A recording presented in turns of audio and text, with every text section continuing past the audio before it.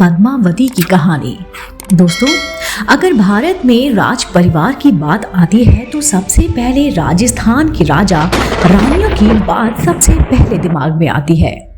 राजस्थान के चित्तौड़गढ़ में शूरवीर राजा एवं रानी पले बड़े। यहाँ के बड़े बड़े महल यहाँ के केवल राजाओं की बात नहीं बल्कि यहाँ की रानियों की भी बात किया करता है। चित्तौड़गढ़ की रानी पद्मावती का नाम आज पूरा विश्व जानता है। रानी पद्मावती के जीवन से हमें बहुत कुछ सीखने को मिलता है। रानी पद्मावती का जीवन हमें बलिदान, त्याग, वीरता सिखाती है। कहा जाता है कि रानी पद्मावती पूरे भारत में सबसे सुंदर रानी में से एक थी, लेकिन रानी पद्मावती के इतिहास में आज भी पूर्ण प्रकार से दावा नहीं किया जा सकता। सन 1540 में मोहम्मद जायसी ने पहली बार पद्मावती के बारे में लिखित दस्तावेज प्रस्तुत किए थे। पद्मावत एक कविता थी। राजस्थान की कुछ परंपरा रानी पद्मावती का अस्तित्व मानती है। बड़े बड़े राजपूत परिवार ये कहानी को सत्य नहीं मानते, परंतु अलाउद्दीन खिलजी के इतिहासकार ये कहानी का सत्य होने का दावा प्रस्तुत करते हैं। वैसे महारानी पद्मावती, रावल रतन सिंह और अलाउद्दीन खिलजी का उल्लेख रानी पद्मावती के इतिहास में झलकता है। रानी पद्मावती का जन्म सिंगला में हुआ। वहां के राजा गंधर्व सेन रानी पद्मावती के पिता थे तथा रानी पद्मावती के माता का नाम चंपावती था। जी हाँ दोस्तों, रानी पद्मावती बचपन से ही बहुत सूरवीर एवं पराक्रमी थी, लेकिन रानी पद्मावती पूरे भारतवर्ष में उस समय सबसे ज्यादा सुंदर रानियों में से एक थी। जिस कवियों ने रानी पद्मावती कविता का बखान किया है, उन्होंने बखूबी रानी पद्मावती की सुंदरता का उल्लेख अपनी कविता में किया है। रानी पद्मावती के पैरों की ताली इस प्रकार की मानो बिना आलता का प्रयोग किए बिना उनके पैरों के तले लाल दिखाई पड़ते थे।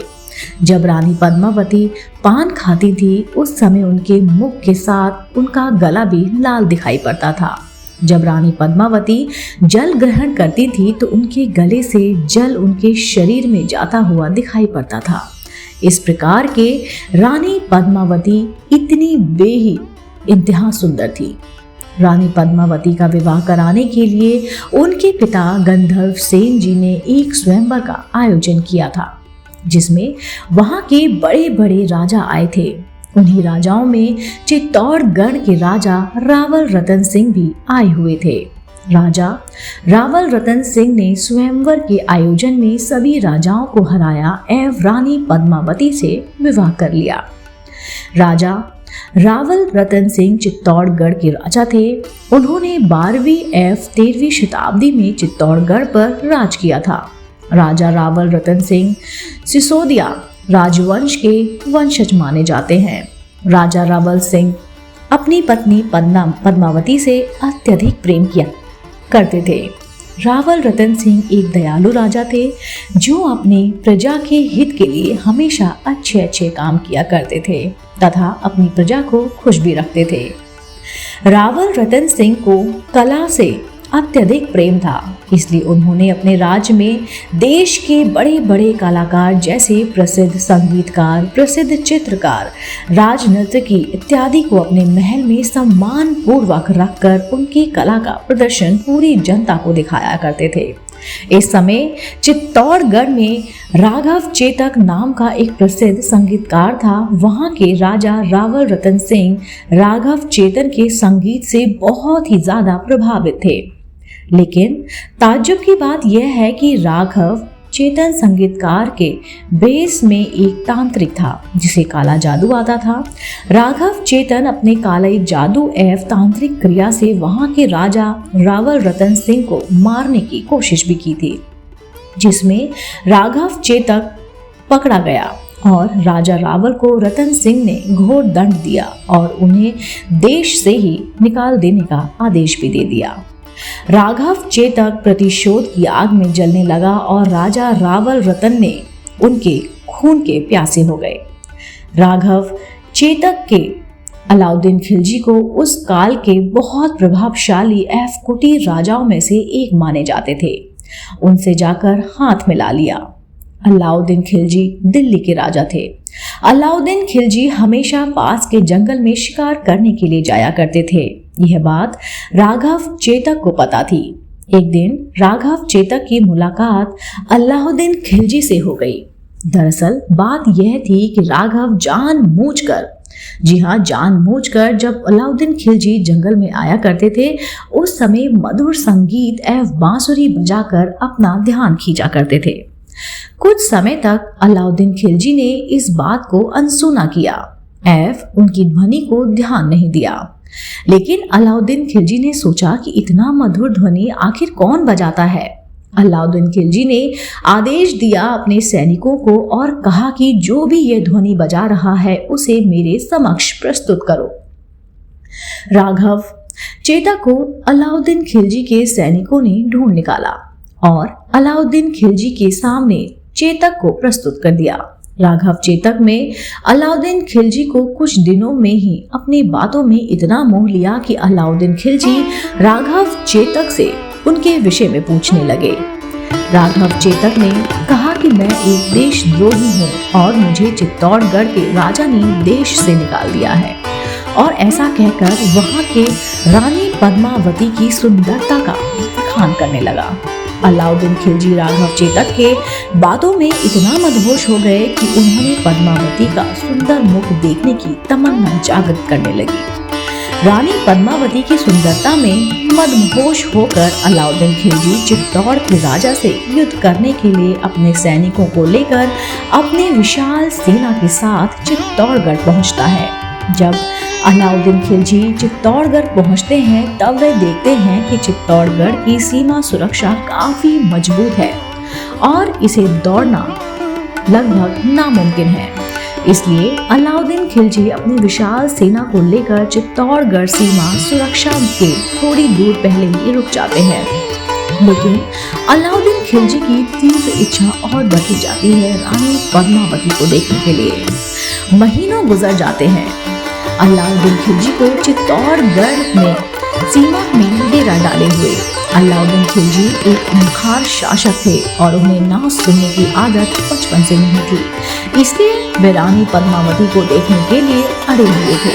आखिरकार अंत में अलाउद्दीन खिलजी राजा रावल सिंह को एक पत्र लिखते हैं जिसमें अलाउद्दीन खिलजी कहते हैं कि मैं रानी पद्मावती को एक बहन की हैसियत से एक बार बस देखना चाहता हूँ। राजपुताना खानदान में किसी औरत से मिलने का जिक्र करना एक शर्मनाक बात होती थी। पद्मावती एक महारानी थी एवं उसे बिना पर्दे के देखने की इजाजत किसी को भी नहीं थी। आखिरकार राजा रतन सिंह ने सामने उनसे बड़ा उनका राजा पाट एवं उनका मासूम प्रजा का, इसलिए राजा रतन सिंह इस बात को मान जाते हैं। रानी पद्मावती रतन सिंह की बात मान लेते हैं, लेकिन रानी पद्मावती की एक शर्त होती है। शर्त यह है कि अलाउद्दीन खिलजी उन्हें सिर्फ आईने में प्रतिबिंब के रूप में ही देखने की इजाजत दे। यह बात अलाउद्दीन खिलजी मान जाते हैं एवं अलाउद्दीन खिलजी एवं उनके साथ एक सैनिक महाराजा रतन सिंह के महल में प्रवेश करते हैं। एक निश्चित समय पर महारानी पद्मावती आईने के सामने आना होता है। उस वक्त अलाउद्दीन खिलजी को वह प्रतिबिंब देखना होता है। जैसे ही रानी पद्मावती आईने के सामने आती है उसी वक्त अलाउद्दीन खिलजी उन्हें प्रतिबिंब में देख लेते हैं और मानो अलाउद्दीन खिलजी अपना सुध बुध खो देते हैं। अलाउद्दीन खिलजी अब रानी पद्मावती की सुंदरता देखकर इतने मोहित हो जाते हैं कि वे ठान लेते हैं कि महारानी पद्मावती को पाने का और महल से जाते वक्त राजा रतन सिंह को अगवा कर लेते हैं। राजा रावल सिंह को अगवा करने के बाद अलाउद्दीन खिलजी राजमहल में एक संदेश भिजवाते हैं जिसमें लिखा होता है, अगर आपको राजा वापस चाहिए तो रानी पद्मावती को देना होगा। अब सागरा चौहान राजपूत एवं जनरल गौरा एवं महारानी पद्मावती मिलकर एक योजना बनाते हैं। एक अलाउद्दीन खिलजी को युद्ध करने की चुनौती प्रस्तुत करते हैं। युद्ध की रणनीति इस प्रकार थी कि कुछ पालकी राजमहल से खिलजी तक भेजी जाएगी। वह पालकी में महारानी एवं दासियां नहीं होंगी, बल्कि वह पालकी में राजमहल के जाबाज सेना होंगे। अलाउद्दीन खिलजी की सेना के पास पहुंचते ही वह पालकी से पूरी सेना अलाउद्दीन खिलजी की सेना को काफी हद तक मार देती है एवं उस युद्ध में जनरल गौरा शहीद हो जाते हैं और एक घोड़े की मदद से राजा रवल रतन सिंह अपने महल में पुनः पहुंच जाते हैं। रतन सिंह के वापस जाने से अलाउद्दीन खिलजी अपने आप को बहुत ज्यादा अपमानित महसूस करते हैं और क्रोध में आकर अलाउद्दीन खिलजी की विशाल सेना चित्तौड़गढ़ के पूरी सीमा को घेर लेती है। धीरे धीरे कुछ वक्त के बाद चित्तौड़गढ़ में राशन एवं खाने पीने के लाले पड़ जाते हैं। अब राजा रवल रतन सिंह के पास और कोई दूसरा रास्ता नहीं बचता। अंत में वे चित्तौड़गढ़ का रास्ता खोल देते हैं, जिससे अलाउद्दीन की सेना चित्तौड़गढ़ में घुसने लगती है। रानी पद्मावती समझ जाती हैं कि अलाउद्दीन की विशाल सेना के साथ हमारी सेना नहीं लड़ पाएगी और मुझे अलाउद्दीन खिलजी के साथ जाना पड़ सकता है। इसलिए रानी पद्मावती वहां की सारी औरतें जौहर कर लेती हैं।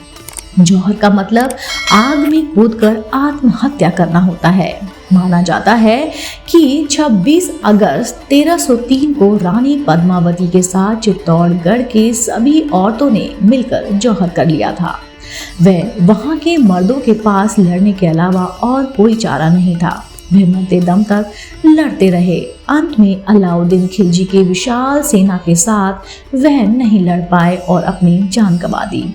जब अलाउद्दीन खिलजी भागते भागते महल पहुंचते हैं तो उन्हें मृत शरीर एवं जली हुई हड्डियों के अलावा कुछ भी नहीं मिलता। महारानी पद्मावती ने अपने पतिव्रता होने का सबसे बड़ा प्रमाण दे दिया था।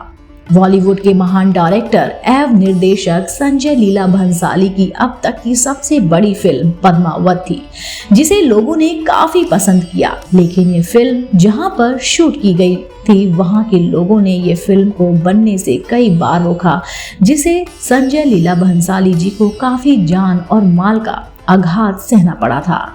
लेकिन 2017 में ये फिल्म बनकर सेंसर बोर्ड में रिलीज होने के लिए तैयार हो गई। एक बार यह फिल्म रिलीज होने के बाद इस फिल्म को बहुत सारा प्यार और अवार्ड मिला। इसके मेन कलाकार पद्मावती का किरदार दीपिका पादुकोण ने बखूबी निभाया था एवं उन्होंने जितना अच्छा अपनी कला का प्रदर्शन किया है, शायद ही कोई और नायिका महारानी पद्मावती का किरदार निभा पाती। दोस्तों, अगर आपको ये कहानी पसंद आई है, पद्मावती की कहानी पसंद आई है, तो आप मुझे कमेंट करके जरूर बताइएगा। दोस्तों, अगर आप ऐसे ही धार्मिक, पौराणिक और रोचक कहानी कथाएं सुनना पसंद करते हैं तो आप मेरे चैनल आध्यात्मिक कहानियों को तुरंत से लाइक कीजिए, शेयर कीजिए और सब्सक्राइब करना बिल्कुल ना भूलिए। मैं आपको मिलती हूँ जल्द ही नई रोचक जानकारी और कहानी के साथ। आप देख रहे थे आपका अपना पसंदीदा YouTube चैनल आध्यात्मिक कहानियाँ।